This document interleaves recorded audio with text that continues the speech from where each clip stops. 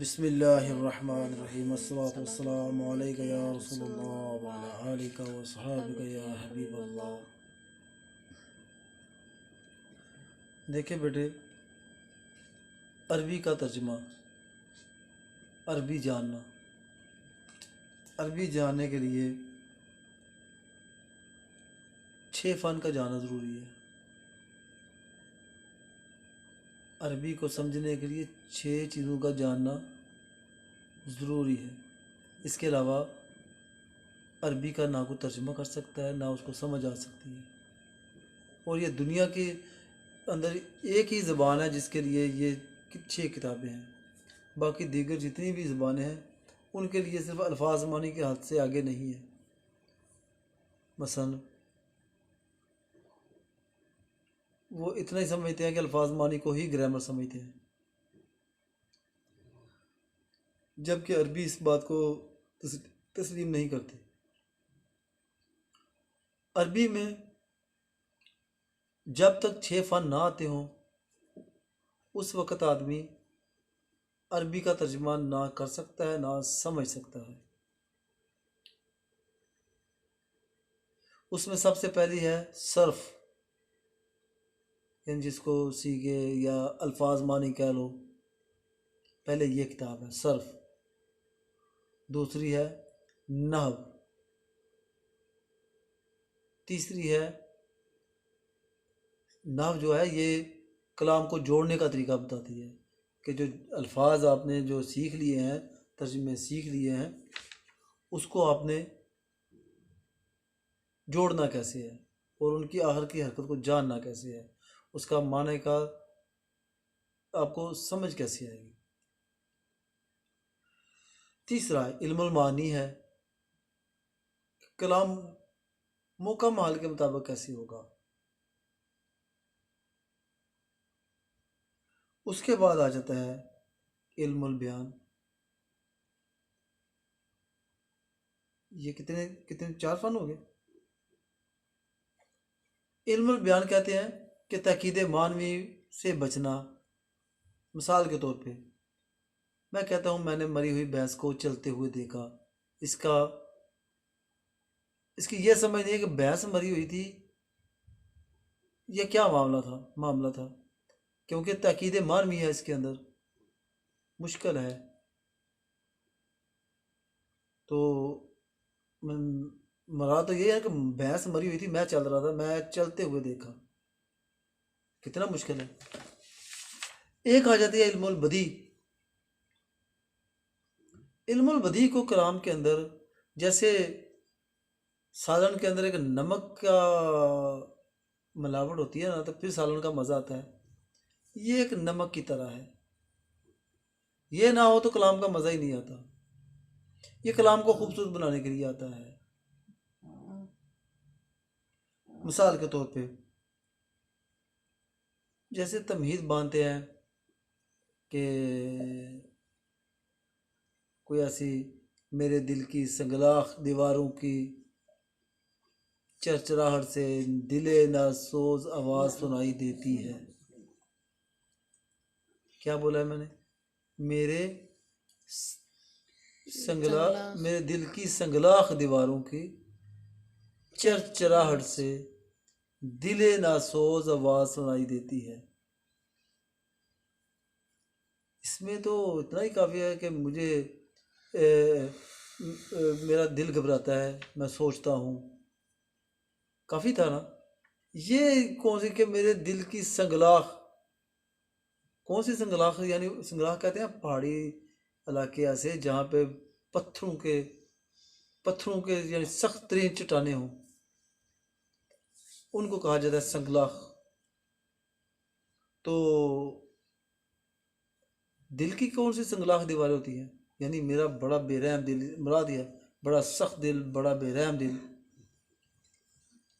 وہ بھی کچھ سوچنے پر مجبور ہے، مراد یہ ہے۔ لیکن جملہ کیا بولا ہے میں نے؟ میرے دل کی سنگلاخ دیواروں کی چرچراہٹ سے دل ناسوز آواز سنائی دیتی ہے۔ یہ شعر تو نہیں ہے نا، شعر نہیں ہے، یہ ایسی کلام ہے۔ یہ کلام خوبصورت کرنے کے لیے ہوتے ہیں یہ الفاظ۔ لوگوں کو متوجہ کرنے کے لیے ہوتے ہیں. تو یہ علم البدیع بتاتا ہے. اس کے بعد علم العروض آ جاتا ہے. یہ کتنا فن ہے؟ چھٹا علم العروض. علم البدیع پانچواں ہے. یہ علم العروض جو ہے یہ ایک شاعری کا فن ہے، اور شاعری کا تعلق سوز اور ساز کے ساتھ ہوتا ہے، دنوں کے ساتھ ہوتا ہے. دن یعنی جیسے وہ سر نہیں ہوتے، دن ہوتی، دنیں ہوتی ہیں جو، اس کا اس کے تعلق ہے. یہ شاعروں نے جنہوں نے یہ کتاب کو ترتیب دیا ہے، انہوں نے وہ موسیقی کو جانتے تھے، اس لیے انہوں نے علم العروض کو ترتیب دیا ہے کہ وہ انہوں نے سوز اور ساز کو مد نظر رکھتے ہوئے یہ بحریں لکھی ہیں. اگر بحر کے اندر اگر شعر نہ ہو تو وہ کلام موسیقی کے ساتھ نہیں چل سکتا. موسیقی کے ساتھ قائم رکھنے کے لیے شعر و شاعری ہے، اور شعر کے لیے بحریں ہیں. ٹھیک ہے، یعنی کہنے کا مقصد ہے شعر کا تعلق سوز و ساز کے ساتھ ہے. اب یہ 6 فن کو جانتا ہو آدمی، اس کے بعد پھر آ جاتی ہے اگلی چیزیں، علم اصول حدیث، اصول تفسیر، پھر حدیث، پھر تفسیر. یعنی اصول حدیث ہو رہا ہے، تفسیر حدیث ہو رہا ہے. اس کے بعد اصول فقہ اور فقہ، اور اس کے بعد تاریخ کو، تواریخ کو جانتا ہو. اس کے بعد وہ شان نزول کو جانتا ہو، ناسخ منسوخ کو جانتا ہو، پھر حالات سے واقف ہو.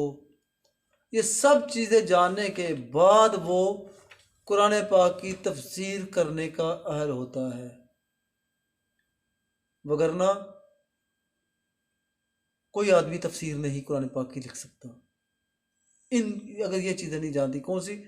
علم الصرف، علم النحو، علم المعانی، علم البدیع، اور علم البیان، اور علم العروض.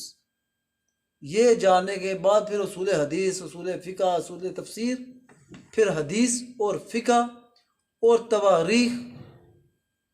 ٹھیک ہے، ان سب کو جاننے کے بعد، وہ حالات سے واقف ہونے کے بعد پھر وہ تفسیر لکھنے کا اہل ہوتا ہے. اس کے علاوہ ہر آدمی تفسیر نہیں لکھ سکتا. حدیث، اصول حدیث نہ جو جانتا وہ نہیں پڑھ سکتا. جو اصول حدیث نہیں جانتا وہ حدیث نہیں بیان کر سکتا. جس کو ڈرائیونگ نہیں آتی وہ ڈرائیونگ سیٹ کے اوپر بیٹھے گا تو وہ ایکسیڈنٹ ہی کرے گا. حدیث وہی بیان کر سکتا ہے جو اصول حدیث کو جانتا ہو. لیکن اصول تفسیر لکھنے والے کے لیے لازم ہے کہ وہ یہ 6 فن جانتا ہو. اس کے بعد وہ اصول تفسیر، اصول حدیث اور فقہ اور تواریخ اور حالات و واقعات سے واقف ہو. اس کے بعد وہ اہل ہوتا ہے. میری بات سمجھ آ گئی بیٹے؟ اور تفسیر انشاءاللہ میں لکھنی شروع کروں گا ان قریب. میری خواہش ہے کہ میں تفسیر ایک لکھوں اور ترجمہ بھی ایک منفرد انداز میں لکھوں، فصاحت و بلاغت کے قوانین کو مد نظر رکھتے ہوئے. یہ فصاحت و بلاغت میں نے عرب سے پڑھی ہے، پاکستان سے نہیں پڑھی. ٹھیک ہے، عرب سے مجھے سمجھ آئی ہے. پاکستان میں نے بڑی کوشش کی ہے، مجھے پڑھانے والا کوئی نہیں ملا. میں نے اس لیے وہاں سے پڑھی ہے. پھر عربی کو میں نے وہاں سے بدوؤں کے ساتھ رہا ہوں تو عربی کو میں نے سیکھا ہے. تو عربی کی باریکیوں کی بھی وہاں سے میں نے سیکھا ہے. پاکستان میں صرف میں دورہ حدیث کر کے چلا گیا ہوں. تو میرے کہنے کا مقصد یہ ہے کہ یہ جو فن ہے نا، ان میں ایک چیز کی طرف، 2 فن کی طرف میں آپ کو خاص توجہ دلانے کے لیے یہ میں نے بیان کر رہا ہوں. وہ تو میں نے ضمنی بات کر دی نا اس کے اندر، کہ کیا اس کو کہتے ہیں کہ قرآن پاک کی تفسیر جو لکھتے ہیں ان کے لیے یہ فن جانے ضروری ہیں. لیکن اصل چیز میں نے جو بیان کرنی تھی نا وہ یہ تھی کہ جو کلام ہے قرآن کے اندر، قرآن کلام ہے، قرآن شعر نہیں ہے، شاعر کا کلام نہیں ہے. اس کی وجوہات میں بیان کرنے لگا ہوں. یعنی عرب کہتے تھے یہ شاعر کا کلام ہے، یہ شعر کیوں نہیں ہے، میں نے یہ بیان کرنا تھا اصل میں. اس لیے میں علم البدی اور علم البیان کو، علم البدی اور علم العروض کو سامنے رکھ رہا ہوں. یعنی قرآن جو ہے یہ شاعر کا کلام نہیں. یہ کیوں نہیں؟ میری بات سمجھ آ رہی ہے نا؟ یہ میں بیان کرنے لگا تھا. اور علامہ اقبال جو تھے وہ بھی شاعر نہیں ہیں، کیونکہ شعر کا تعلق سوز اور ساز کے ساتھ ہے. علامہ اقبال کے جتنے بھی شعر ہیں جو وہ بولتے ہیں کلام ہے ان کا، ان کو سوز اور ساز کے ساتھ بولنا بہت ہی مشکل ہے. وہ ملکہ ترنم نور جہاں نے بولا ہے کچھ، لیکن وہ شعر انہوں نے بڑی مشکل سے اس کو کلام کے جیسے علامہ اقبال نے بھی کیا اس کو نصرت فتح خان نے بھی سوز و ساز کے ساتھ وہ بولی ہے کہ خودی کو نہ بیچ امیری میں، فقیری میں نام پیدا کر.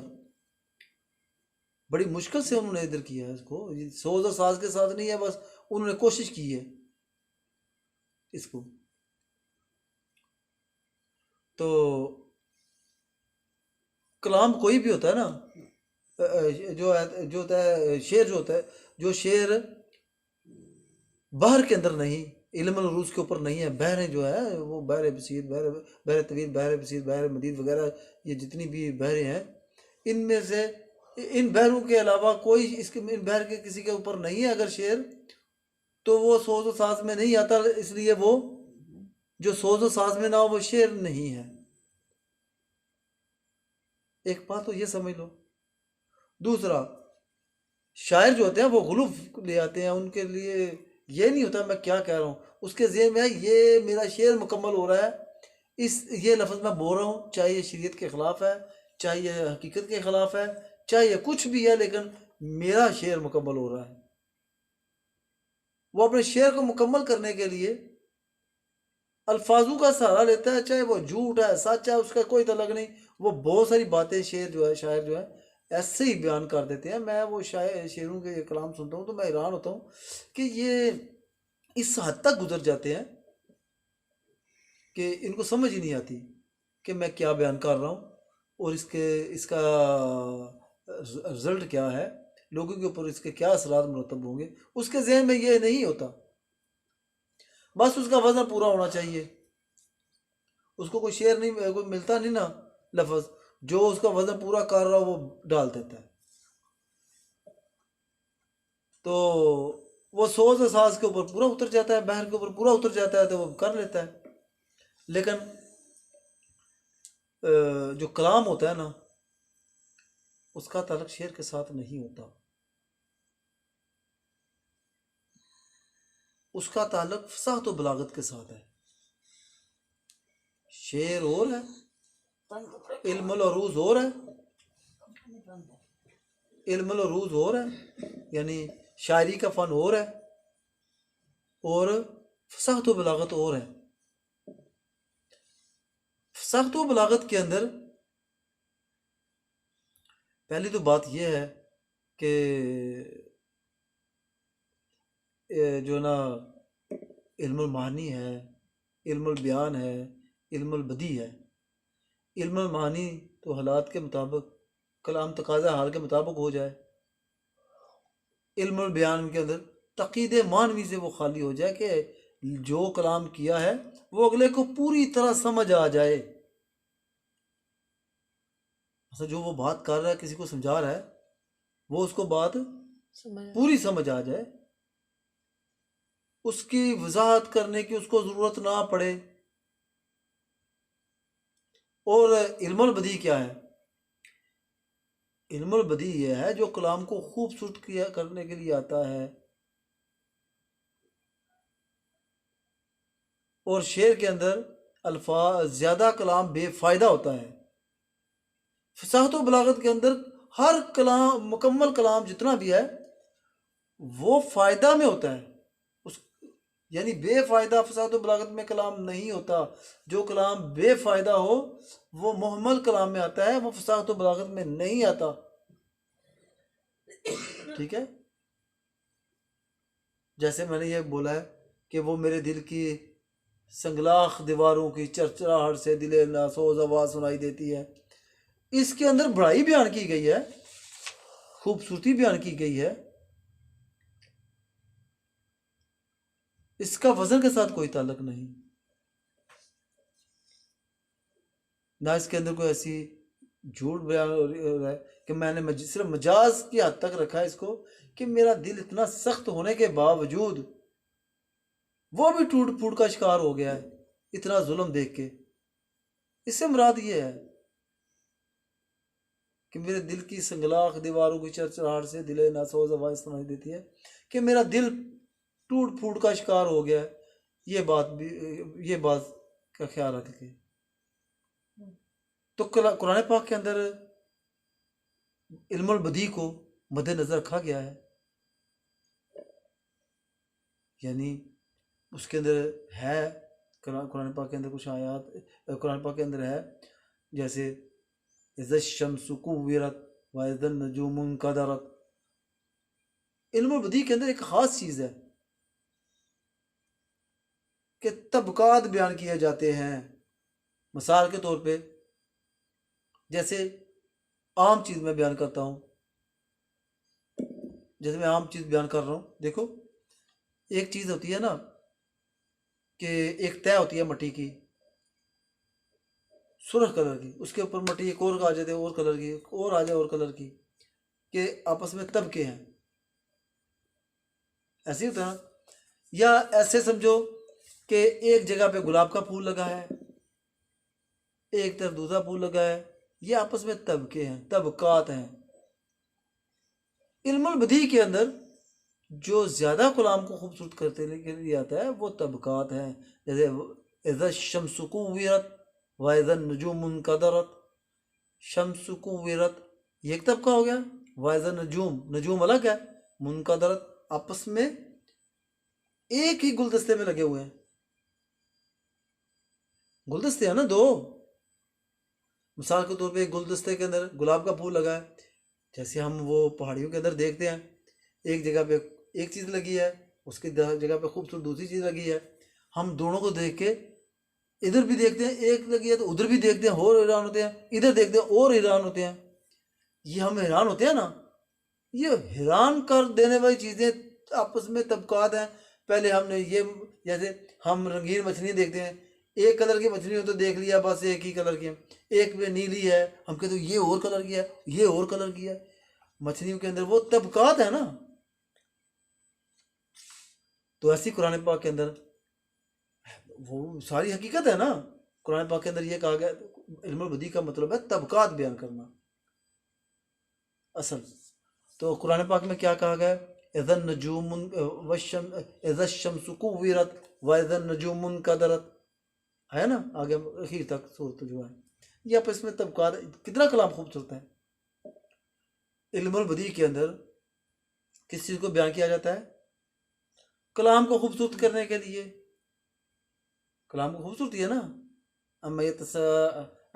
جیسے وہ کیا ہے صورت اما یتساءلون، پوری کیا ہے پڑھو. چلو اور کوئی صورت کر لو، کوئی اور صورت پڑھ لیتے ہیں. جیسے وَإِذَا الْمَوْءُودَةُ سُئِلَتْ بِأَيِّ ذَنبٍ قُتِلَتْ پیچھے بھی ہے نا. وہ سارے آپس میں ایک آیت دوسرے. پہلے یہ ہے کہ الفاظ کے ساتھ طبقے ہوتے ہیں، بعض اوقات آیت اور آیت کے ساتھ، جملہ اور جملے کے ساتھ طبقہ ہوتا ہے. ٹھیک ہے، یہ قرآن پاک کے اندر ہے. کلام کی عظمت بیان کرنے کے لیے، خوبصورت بیان کرنے کے لیے اور توجہ دلانے کے لیے. لیکن شعر میں ایسے نہیں ہوتا، شعر میں غلو ہوتا ہے. اس لیے شاعروں کے کلام کو پسند نہیں کیا جاتا. اور بیشتر شاعر جو وہ دوزخ میں جانے کی وجوہات یہ ہے کہ وہ اپنا شعر بیان کرنے کے لیے کفر سے بھی ہٹ جاتے ہیں، بڑھ جاتے ہیں اس سے بھی. میں اکثر وہ کلام کچھ شعروں کے شعر سنتا ہوں نا، تو میں نے ایک دو دفعہ قوالی کے اندر بھی کچھ سنے ایسے، جب کہ قوالی میں خود بڑے شوق سے سنتا ہوں، لیکن اگر کلام کے اندر ہو تو تو میں نے کچھ کے کلام سنے ہیں کہ وہ اس حد تک بڑھ جاتے ہیں تو سننے کو دل نہیں کرتا کہ یار یہ حد سے بڑھ رہا ہے، یہ حد سے بڑھ رہا ہے، یہ کلام سننے کے قابل نہیں ہے، وہ غلوب میں چلے جاتے ہیں بہت ساری چیزوں میں۔ لیکن یہ علم البدیع میں ایسا نہیں ہے۔ اب اگلی بات میں کرنے لگا تھا کہ دیکھیں علامہ اقبال شاعر نہیں تھے، وہ علم البدیع کے اوپر کلام لکھتے ہیں،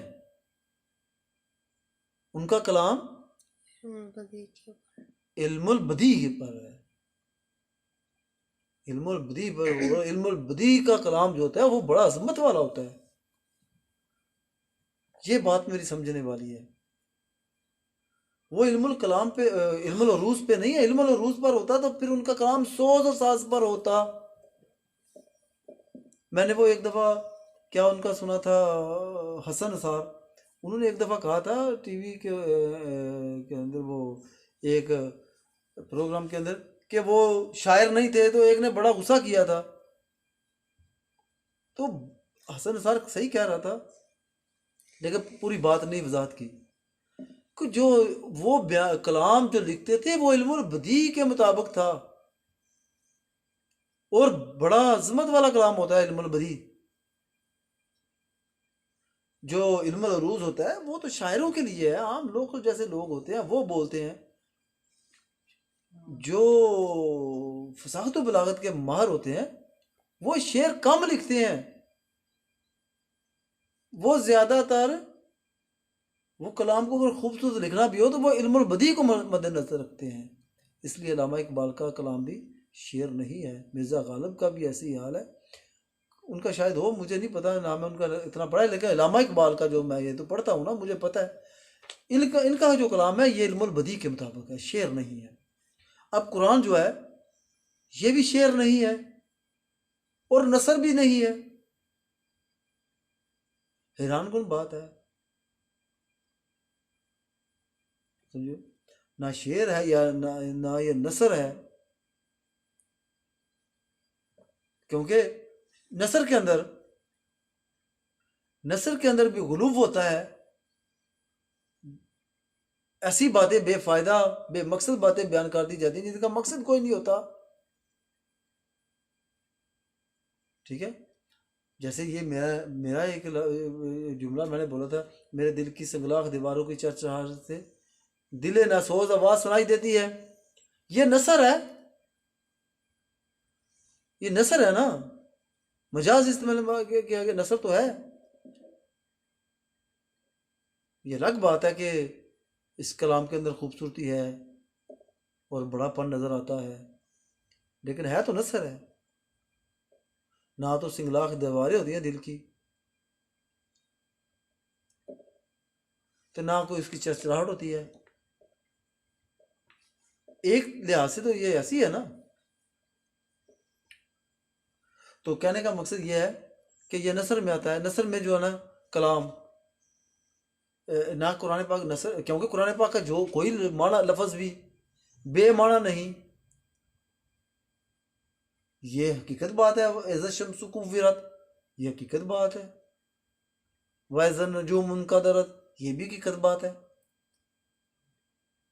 جیسے شروع میں الف لام میم ذالک الکتاب لا ریب فیہ، حقیقت بات ہے۔ قرآن پاک کا کوئی لفظ بھی بے معنی نہیں، نہ بے مقصد ہے، جبکہ نثر کے اندر اور شعر کے اندر بیشتر کلام بے معنی اور جھوٹ پر مبنی ہوتا ہے، اور بس وزن کو قائم رکھنے کے لیے وہ اضافہ کر دیتے ہیں، ٹھیک ہے۔ قرآن پاک نہ نثر میں آتا ہے نہ شعر میں آتا ہے، ٹھیک ہوگی بات۔ تو میرے کہنے کا مقصد یہ تھا بیٹے، اصل میں شعر کے بارے میں زیادہ کرنے لگا تھا کہ شعر کا تعلق سوز اور ساز کے ساتھ ہے، اور فصاحت و بلاغت کا تعلق سوز اور ساز کے ساتھ نہیں، خاص کر کے علم البدیع، ٹھیک ہے۔ یہ میں بیان کر رہا تھا اصل میں۔